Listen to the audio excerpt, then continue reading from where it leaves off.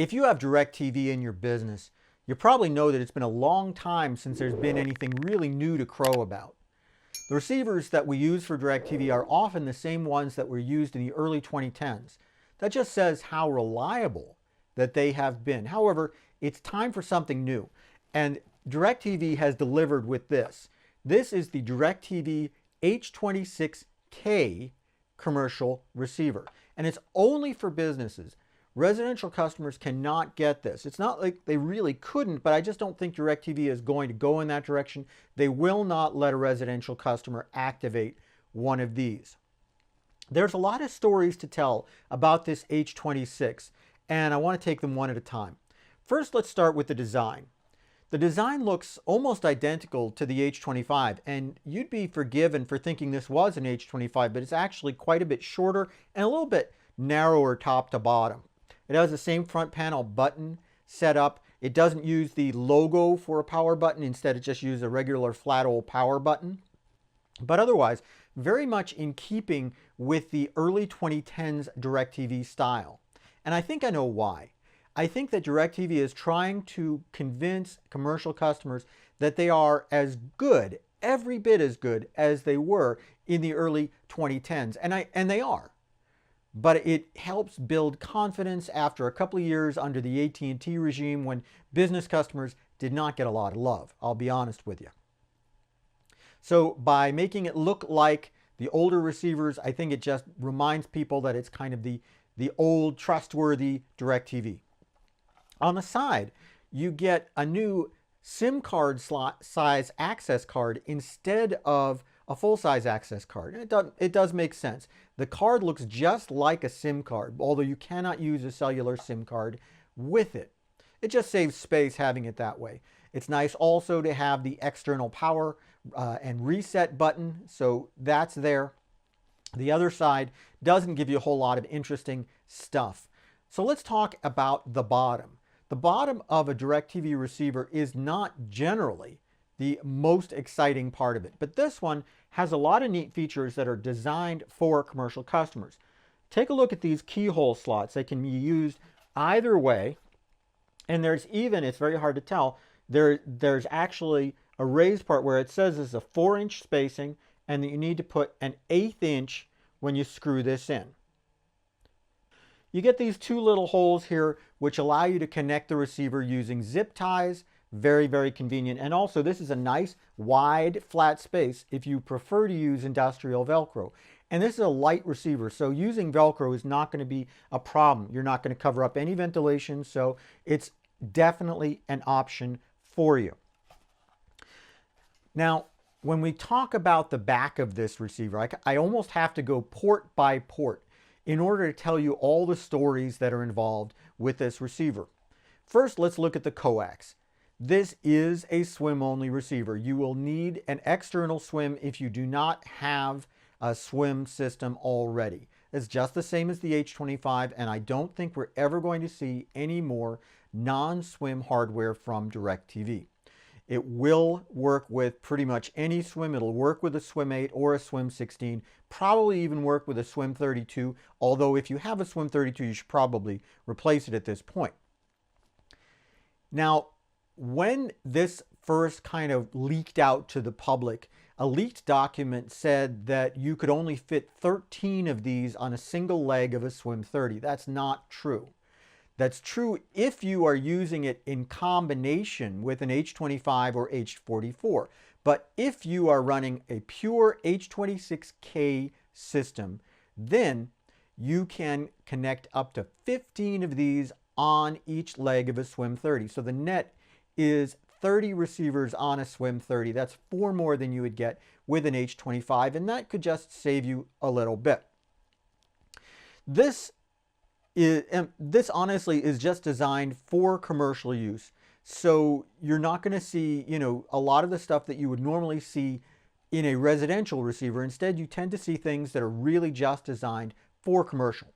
The next port is an AV port, and this is the same plug that you have seen with the H25, with the Genie clients. So if you have any of those cables, you can use this in composite mode or component mode.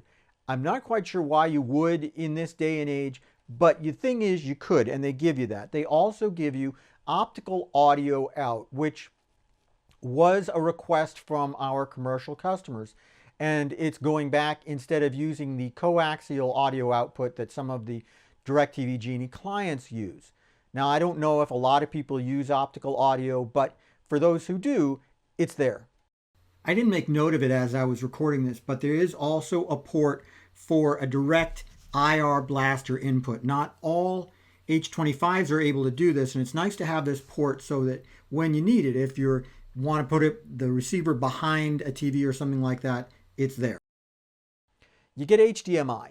Now, this is a 4K capable receiver, so you want to be making sure that you're using a good HDMI cable, something that is designed to work with 4K, and I'll get into the 4K part of it a little bit later in this review. You get two USB ports, which is the first time that you've ever seen that on a DirecTV box. One is labeled 500 milliamp and one is labeled 1 amp. Why two? Well, for the hotel configuration, for those who are using what they call the DirecTV residential experience, you connect a special flash drive to the back and it turns it into a DVR. It's easier to make it work with a 1 amp connection than a 500 milliamp. I think there were problems out in the field with the 500 milliamp systems. However, that second USB port can be used to power a DECA.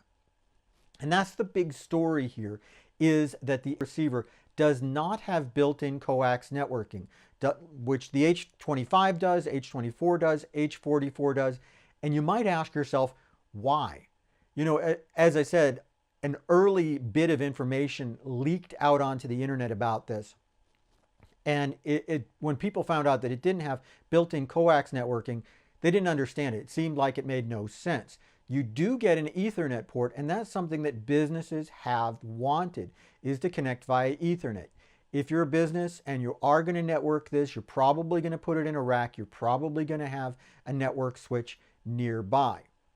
You have the option of using a DECA and powering it by the USB port or by a separate EPS10 adapter, and using a 1x2 splitter to basically diplex in that networking information, if you want to do it that way.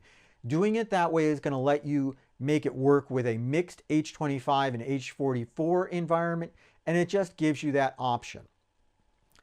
Now, the folks on the internet are complaining that, oh, you have to use this 1x2 splitter, and that's going to cut the signal level by 3 dB. A bit of explanation there as well. All DirecTV boxes with internal coax networking have an internal diplexer that sends the network information to one chip and the video information to another chip. There's loss inherent in that as well. So you are not losing 3 dB when you use a splitter. There's probably a little bit more loss than you would use if you had that internal diplexer, but it's not a big deal. And there's another reason why not. And it's probably the most important reason why the coax networking system was not included in this H26K receiver. It's because you can, in a commercial environment, use the SWIM30H multi-switch. Now, that's a special SWIM multi-switch that puts out 20 dB more signal than your typical SWIM. It lets you have runs of 350 feet or so when you're doing it in a commercial installation. I don't recommend it for anybody who doesn't know what they're doing, because if the signal level is too high at the receiver, you will fry it and it will just break. It's just going to break instantly. Don't use the SWIM30H if you don't know what you're doing. But on the other hand, if you do, you can get some very, very long runs, and that's important for commercial customers. However, if you have built-in coax networking, it begins to create some flakiness if your runs are longer than about 150 feet. It's important to know that.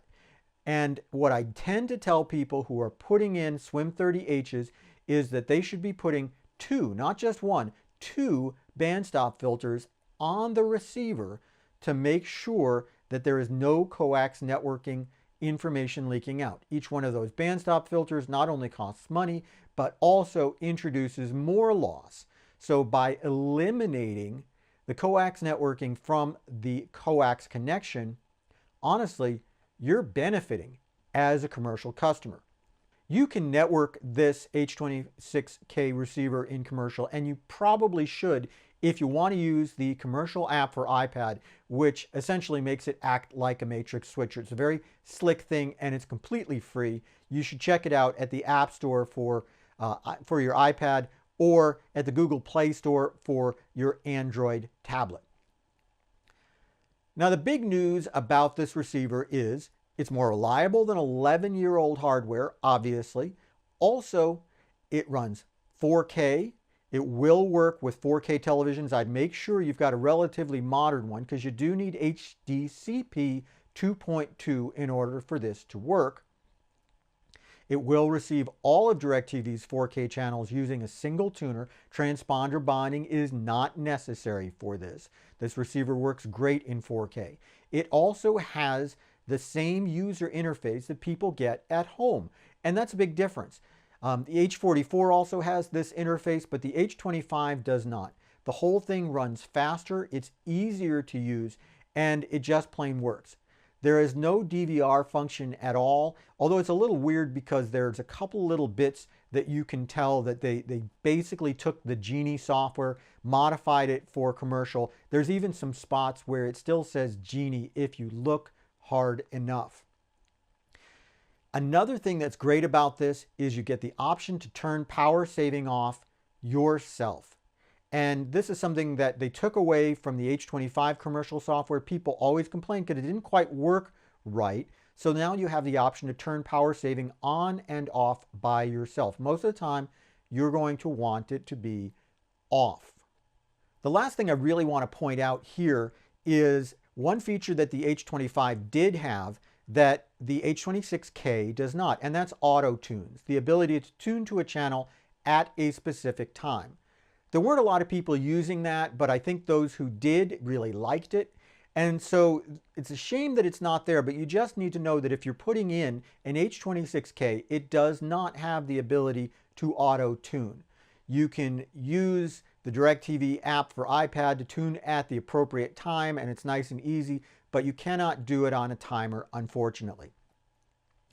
Overall, I gotta say this is a solid home run for DIRECTV. It's about time that they began taking care of their commercial customers because they're the ones who are making a lot of money for the company.